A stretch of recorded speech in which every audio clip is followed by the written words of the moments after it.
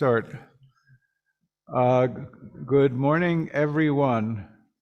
It is June 4th, 2023, and we are in Houston, Texas, and virtually around the globe. Today is Sagadawa, traditionally understood as the day that Buddha is born, Buddha is enlightened, and Buddha attains parinirvana.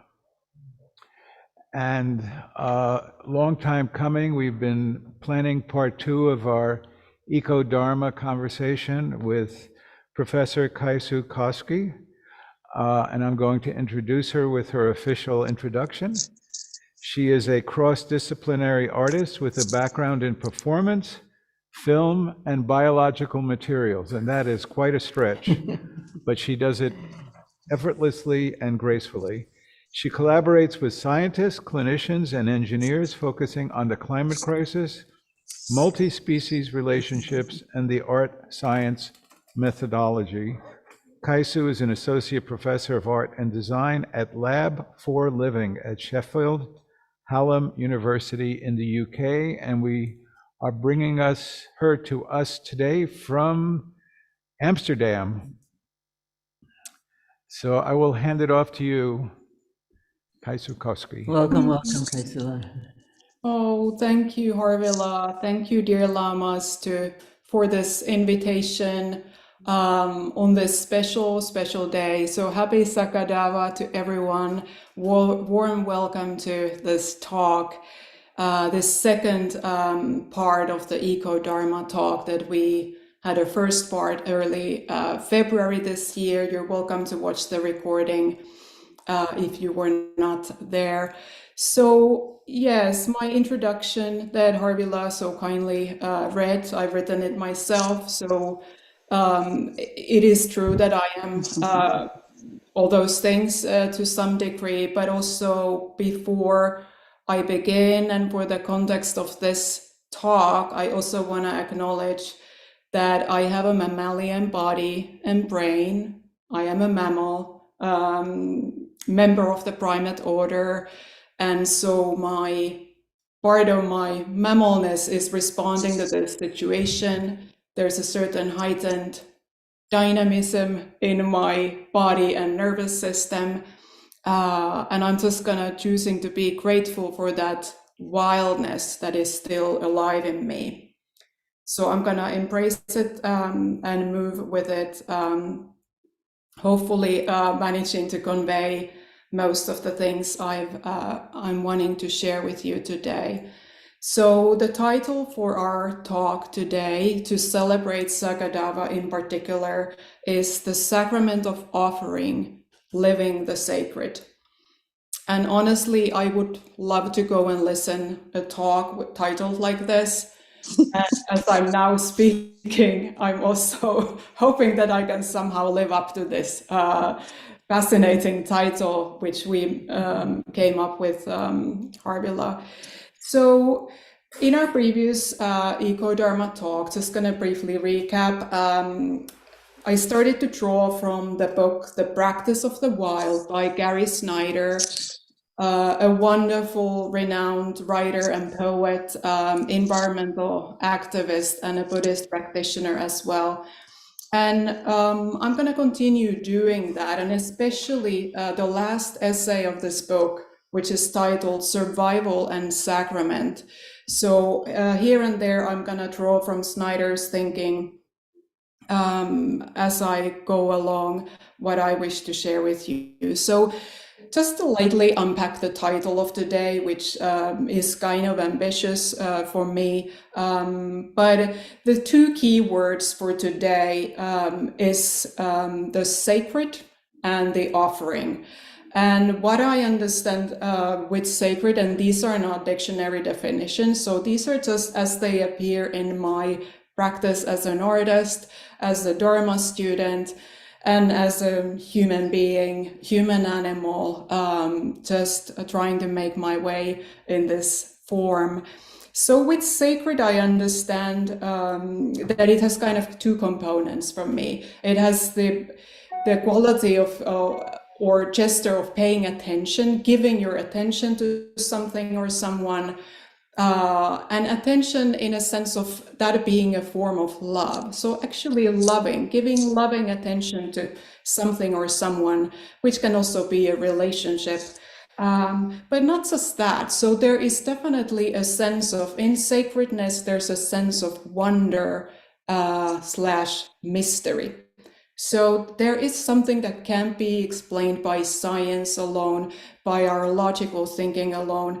So sacredness involves kind of intentional awe, if you like. And I also want to remind us of the power of language in this regard. So by naming something sacred, like this is a sacred day, we already feel slightly elevated if we're sensitive to that. So this is a sacred day, and I like to use theatrical metaphors in kind of breaking things apart. So my background is in performing arts, so that kind of comes naturally to me. So there, you could think of something sacred as a scripted ritual. So there, and we have plenty of those where there's a kind of scripted form that we follow, and the form in a way leads us in that process of experiencing something sacred.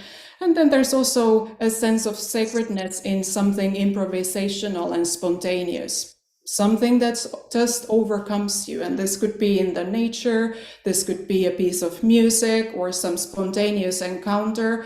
And if you're sensitive to that, again, you can feel a kind of overwhelming sense of being in contact with something sacred.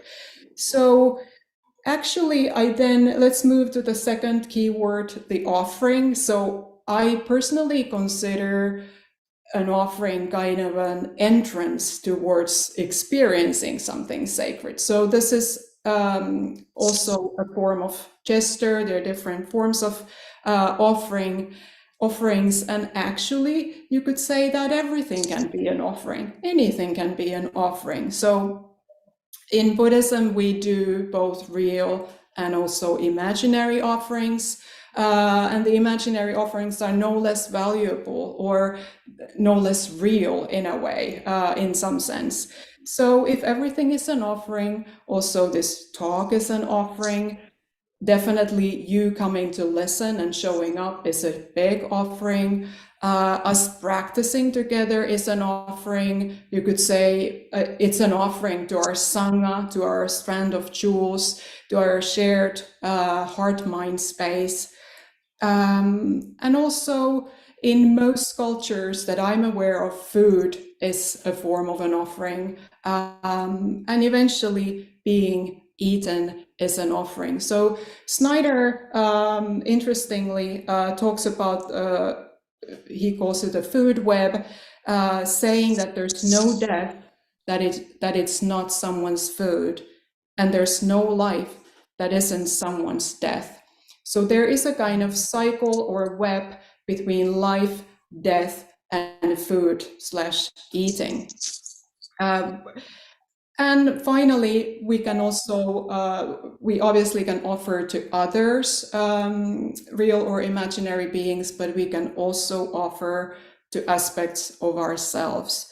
So now moving to the context of this EcoDharma talk, and also the context of Snyder's essay on survival and sacrament. So the survival part really comes from the fact that we're currently living in the middle of a global climate crisis, and actually in the midst of a sixth mass extinction. And in my work and thinking, I've learned to think of the climate crisis not primarily as a carbon emission problem, but fundamentally as a relationship problem. And so a lot of my work as an artist, and increasingly also interweaved with my Dharma practice, I am concerned about rethinking multi-species relationships in this current planetary situation. So Actually, what touched my heart and kind of shifted my perspective on temporal presence of various species is reading when Snyder talks about each species representing a 4 billion year pilgrimage. So think of each species have traveled through a pilgrimage of 4 billion years to achieve the form, not just the physical form, but forms of thinking, ways of knowing, and ways of being that they currently have. And we include it, as a matter of fact. So in this thinking, biological lineages also transmit forms of knowing, intuition, sense of wildness, sense of culture, even you could say, cosmic alliances, attunement. So by death of species, by extinction, these lineages of thinking and being and knowing are dying too, irreversibly. So as a species extinction, we could say that we are currently offering whole lineages of ways of being, thinking, and knowing. And actually, because we don't purposefully do that, I don't think anyone would at least admit that, and we're not. It's not really an offering. So there's another term that is related to offering, but is better suited for this purpose, I think, which is a sacrifice. We're currently sacrificing lineages of species. So Snyder makes a difference between an individual death, which is, it is a natural process of life cycle, but there is a difference between dying and stopping birth.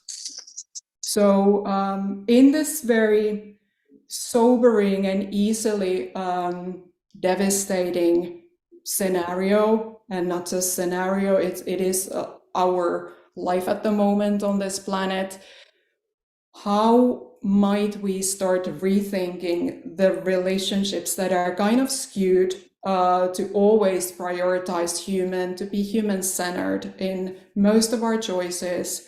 So as an artist, in my own humble ways, I'm trying to open up this space for thinking differently, being differently in multi-species relationships. And now I would like to share a few-minute clip of the film that actually explores human-reindeer relationship in particular. So this was a film I created a few years ago in the subarctic Finland in an artist residency.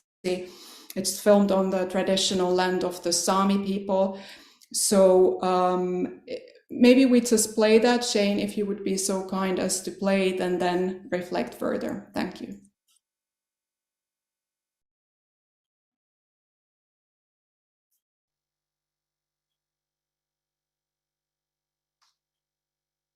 I don't hear the audio, Shane. This is the problem for the reindeer. We hear it here, They Kaisu. survive in minus 70 degrees Celsius. I don't know if people online are hearing it.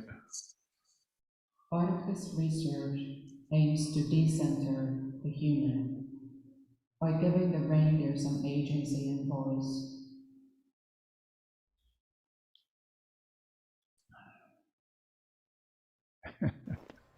I aimed for the least disturbance. Okay, go ahead. Good, go ahead. He's going to restart it so that people can hear it. It's minus 30 degrees Celsius, minus 22 Fahrenheit. This is no problem for the reindeer. It can survive in minus 70 degrees Celsius. Part of this research aims to decenter the human by giving the reindeer some agency and voice.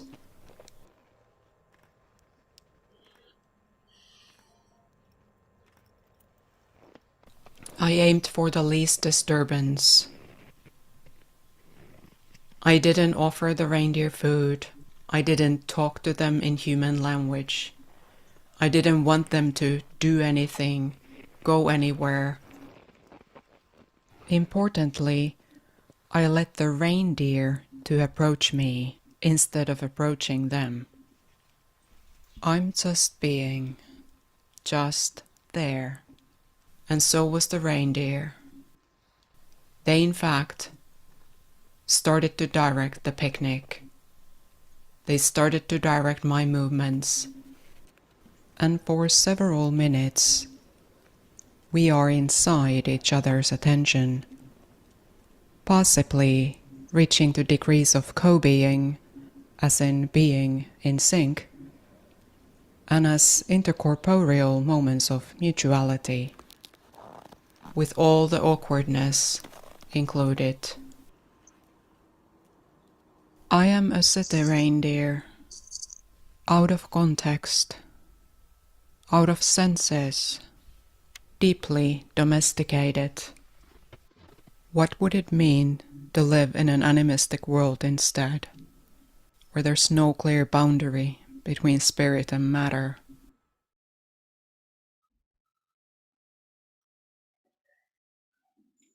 Thank you, Shane. So to kind of unpack what's happening there, so as a performing artist, I'm setting up an imaginary picnic for the reindeer. So that's kind of on a visually apparent level. But I'm also offering my presence and ways of being to the reindeer to be experienced. And it's made with an intention, again, as an artist, to really just see what happens. So there is a sense of curiosity driving this activity.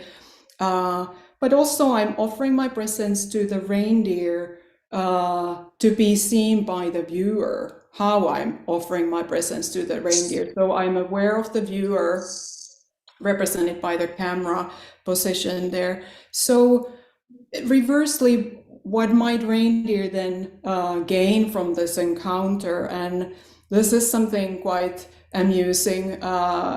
Snyder, in the last essay, writes about that perhaps the function of the humans in this global mix of ecosystems is really to entertain other species. Not that we succeed in it very well at the moment, but he speaks about us as a gang of sexy primate clowns.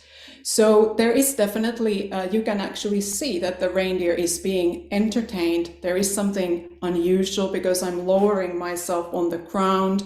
Then there's this attribute, they're not familiar with the cloth. So playfulness is there. So that kind of made sense to me actually, and not trying to make more out of my presence there than it actually was. And so just wanting to say that, because I can only really speak for myself, so obviously I was myself, not the reindeer, but so the reindeer traditionally lives in kind of mutualistic relationship with the human already thousands of years, and there is benefits back and forth, and the humans are offering shelter to the reindeer for from wolves, for example.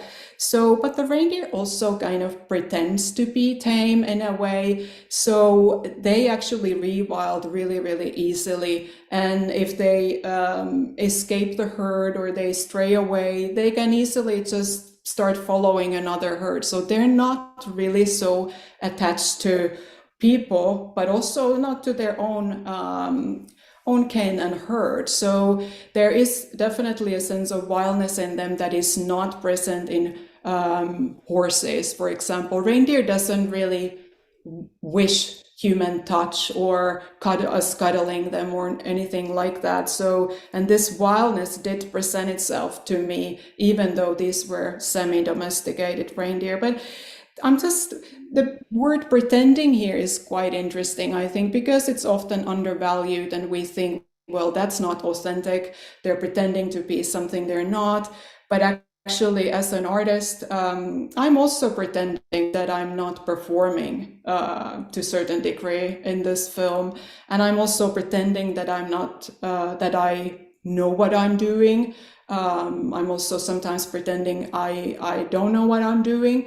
So I don't know if the word pretending is the best example, but I do remember Lama Rixin telling a story where the word pretending was used in a very particular way, and that made me there are other meanings of pretending, that it's actually very natural way of learning things. We learn by imitating, which is a form of pretending, you could say. So that's a little bit of a sidetrack, but just to kind of summarize the reindeer, what they're offering to me was, to my experience, was that there was something unscripted and unspeakable being transmitted. So it was a kind of cross-lineage transmission between my lineage and theirs.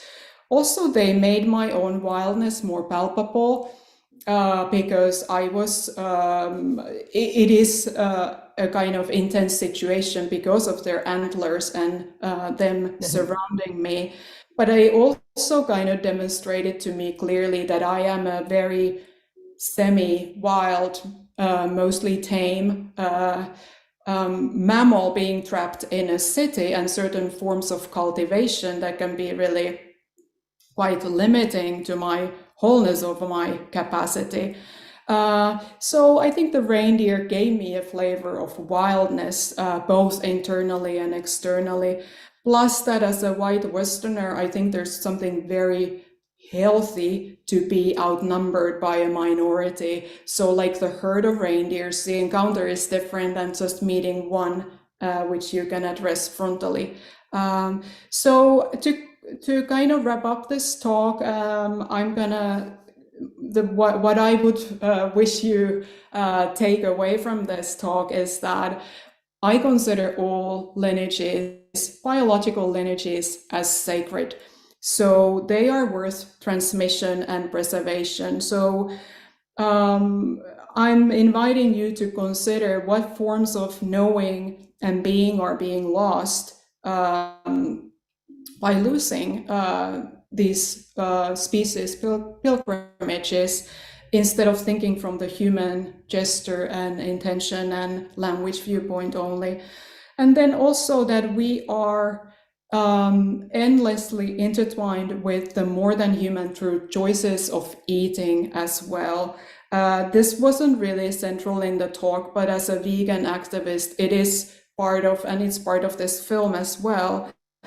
So I'm inviting everyone to think, not just thinking what feeds me, but what do I feed on? Because like Snyder beautifully, in a very heartwarming way, speaks of that we're all edible, we're all offerings.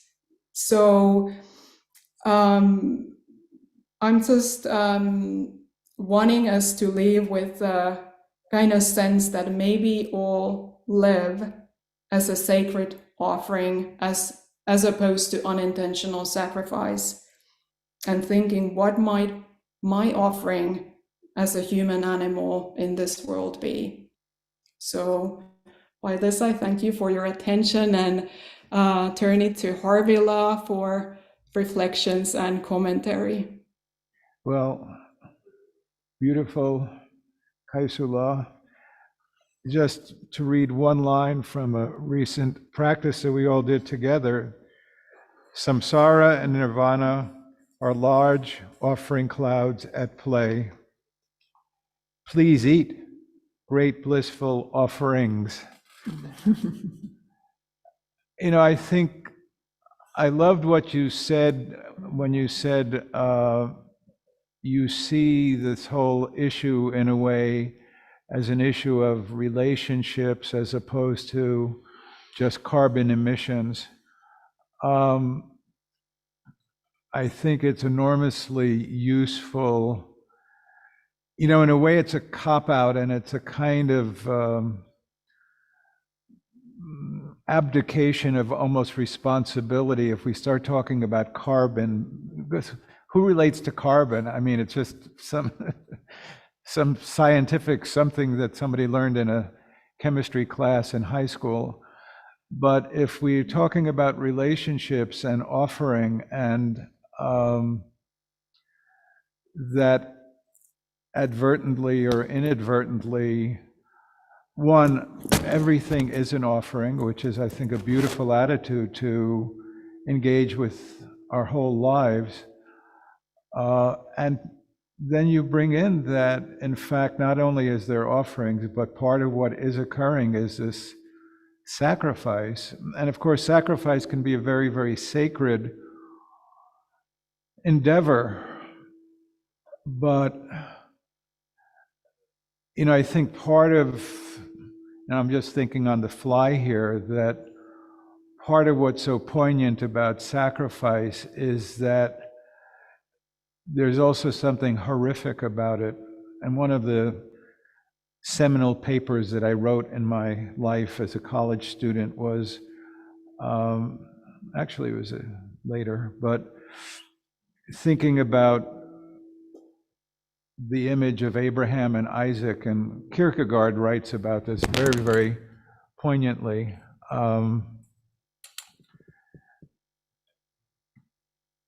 It's a sacrifice, and there's something horrifying about it, that God tests Abraham with impelling him to offer his only son. It's disgusting and revolting. It's, we call Child Protective Services when we hear about something like this.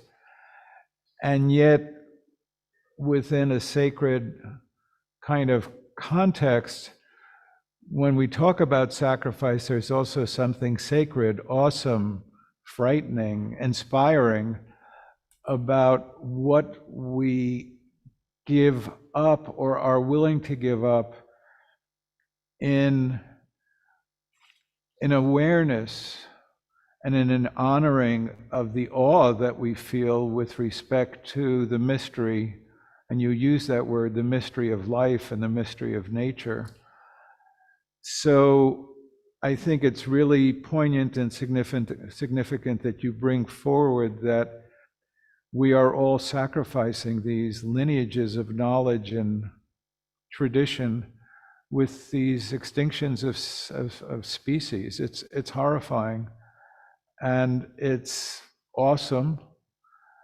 It's not sacrifice in the uplifting sense, unfortunately. It's really sacrifice in a sense of loss. And I think that what you've brought forward today is stimulating and very, very worthwhile. And for us to all think about all of these issues, not only in terms of carbon, but in terms of our relationships to one another, inter-human relationships, and then our relationships with species.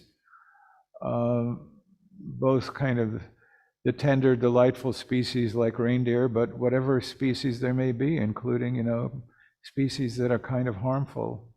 And how can we, to the best of our ability, sustain and support the diversity that this planet so desperately needs and depends on. So I really appreciated the reindeer are so cute and so threatening. Those are big animals. If they decided to have a bit of a tantrum with you, it wouldn't have been such a pretty sight. That's right. Yes. Did you feel some fear when they started getting really close? Oh, I did. Yes. At the same time, I felt delight for the sake of that the camera was running. So at least it would serve some purpose, even if something would happen. But yes, it was in moments exciting. Yeah. Well, it was very, very inspiring, and you're very brave. I mean, forget about hanging out with, I don't even know how heavy these beings are, but they're large and heavy. Just 30 degrees minus Celsius. Oh my God, hats off to you.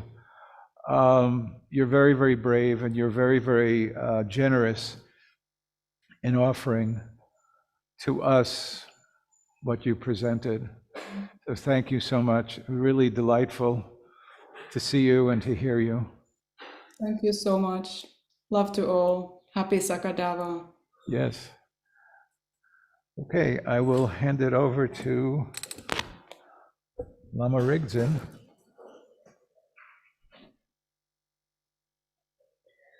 Greetings, happy Sakadawa to all of you. It's nice to see some of you in person, amazingly. And wonderful, of course, for you to join us online. Thank you so much, Kaisula, for offering the central concept of offering and relationship, connection. This is, in fact, as you have said, and as you well know, central to our practice. So today on Sagadawa, in addition to celebrating with this theme that Kaisu has introduced, we are integrating our usual Sunday practice into the morning. And we also have Nathaniel, Chair of Gyatso, is here online. I see that you're here now, who will give us some stories of the Buddha from the sutras. And one thing is that so this is the day, this is the morning. This morning, early in the morning at dawn, commemorates the Buddha's coming into full awakening. And that full awakening, very briefly, we can describe as in the first watch of the night, he remembered all his past lives. Can you imagine? Remembering even one? Do you perhaps are aware of how amazing it is sometimes to remember a dream when you wake up? To remember it well? There's something waking up in that kind of memory. Or not even a dream, you remember something that you haven't thought of in a long time. Something has woken up that has been in you of which you were not aware, and is really central to your identity. So he remembers, he realizes that birth is followed by death, is followed by birth, and that's life, that's samsara, in the view of a good part of humankind on this planet. And then he also realizes